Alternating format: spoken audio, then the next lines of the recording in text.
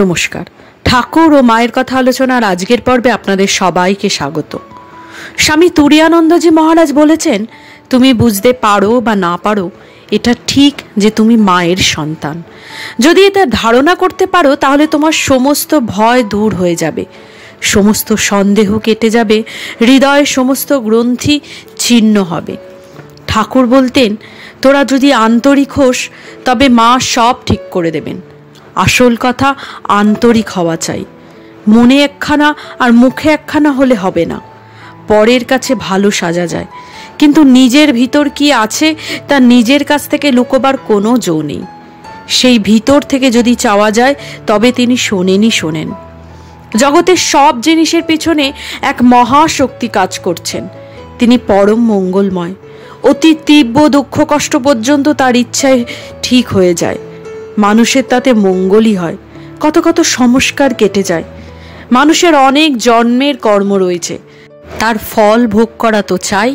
এই জীবনে তো কিছু অনর্থ হয়নি, তবে অতীত কত জন্মের পাপ রয়েছে, এসব ভোগ তারই ফল। ওরা মনে করে কর্মে বন্ধন হয়। আরে কর্মে যদি বদ্ধ করে তবে মুক্তও তো করবে। শাক মাছের মতো দাম দিয়ে ভগবানকে পাওয়া যায় না, কেবল তার দুয়ারে পড়ে থাকবে তারই শরণাগত হয়ে। মন মুখ এক করে তাকে ডেকে যাওয়াই সাধন ভজন। ভাবের ঘরে যেন চুরি না থাকে। ভগবানকে আত্মসমর্পণ করতে পারলেই শান্তি। তার কৃপাই তাকে পাওয়ার উপায়।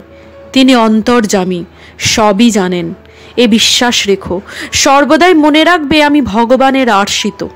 আমার আবার ভয় কি? তিনি অন্তরের প্রার্থনা অবশ্যই শুনবেন। সমস্ত চিন্তার হাত থেকে অব্যাহতি পেতে হলে তার কাজেই তার ইচ্ছা ও শক্তি দেখার চেষ্টা করবে। স্বামীজি বলেছিলেন, হরিভাই, এবারে নূতন একটা পথ করে দিয়ে গেলুম। এতদিন লোকে জানতো ধ্যান, জপ, বিচার প্রভৃতির দ্বারাই মুক্তি হয়। এবারে এখনকার ছেলেমেয়েরা তার কাজ করেই জীবন মুক্ত হয়ে যাবে। তার আদেশ সত্য, তাতে সংশয় রেখো না। শ্রী মা সম্পর্কে বলতে গিয়ে স্বামী প্রেমানন্দজি মহারাজ বলেছেন, শ্রী মাকে কে বুঝেছে, কে বুঝতে পারে? তোমরা সীতা, সাবিত্রী, বিষ্ণুপ্রিয়াজি, শ্রীমতী রাধারানী এদের কথা শুনেছ। মা যে এদের চেয়েও কত উঁচুতে উঠে বসে আছেন। ঐশ্বর্যের লেশ মাত্র নেই। ঠাকুরের বরং বিদ্যার ঐশ্বর্য ছিল। তার ভাবাবেশ, সমাধি এসব আমরা জন্মে দেখেছি, কত দেখেছি। কিন্তু মার, তার বিদ্যার ঐশ্বর্য পর্যন্ত লুপ্ত। এ কি মহাশক্তি! জয় মা! মা শক্তিময়ী। দেখছো না কত লোক সব ছুটে ছুটে আসছে। যে বিষ নিজেরা হজম করতে পারছি নে, সব মার নিকট চালান দিচ্ছি। মা সব কোলে তুলে নিচ্ছেন। অনন্ত শক্তি, অপার করুণা। জয় মা! আমাদের কথা কি বলছিস, স্বয়ং ঠাকুরকেও এটা করতে দেখিনি। তিনিও কত বাজিয়ে বাছাই করে লোক নিতেন। আর এখানে মার এখানে কি দেখছি? অদ্ভুত! তিনি সকলকে আশ্রয় দিচ্ছেন, সকলে দ্রব্য খাচ্ছেন, আর সব হজম হয়ে যাচ্ছে। জয় মা! সংসার স্বার্থপূর্ণ, ইহা ধ্রুব সত্য। কিন্তু যখন সংসারই থাকতে হবে তখন শুধু সংসার স্বার্থপূর্ণ ইত্যাদি বলে বৃথা চিন্তা করা যুক্তিসঙ্গত নয়।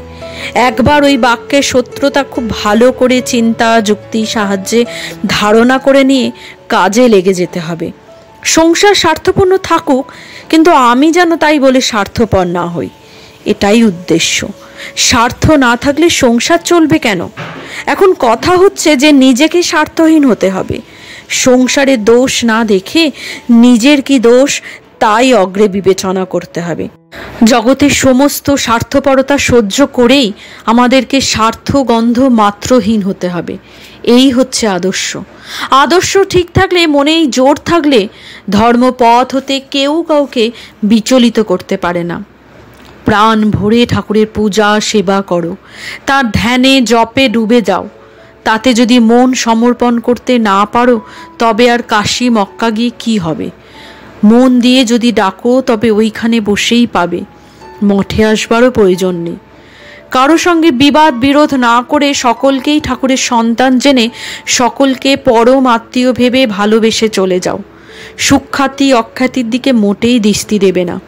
যদি কিছু থাকে তো দিয়ে যাও, প্রতিদানে কিছু চেও না। কর্তব্য কার্য করে চলে যাও। আর ভগবানের দিকে মন প্রাণ ঢেলে দাও। ক্রমে ক্রমে তিনিই সব সুবিধা করে দেবেন।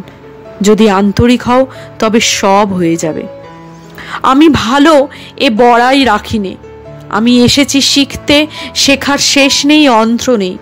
ঠাকুর আমাদের সৎ মন বুদ্ধি দিন, এই প্রার্থনা।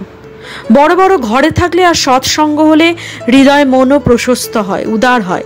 শুদ্ধ পবিত্র নির্মল দেহেই ভগবৎ শক্তির প্রকাশ। জয় মা, জয় ঠাকুর। আজকের আলোচনা এই পর্যন্তই। কেমন লাগলো তা অবশ্যই আমাকে কমেন্ট করে জানাবেন। ভালো লাগলে লাইক শেয়ার করতে কিন্তু ভুলবেন না। আর যদি চান এই ধরনের আলোচনা নিত্যসঙ্গী হতে, তাহলে আমার চ্যানেলটা সাবস্ক্রাইব করে নেবেন। আপনারা আমাকে ফেসবুক ইনস্টাগ্রামও ফলো করতে পারেন, লিংক ডেসক্রিপশন বক্সে দেওয়া আছে। ভালো থাকবেন, সুস্থ থাকবেন। ঠাকুরের আশীর্বাদ আপনাদের সকলের ওপর বর্ষিত হোক, এই কামনা জানিয়ে আজ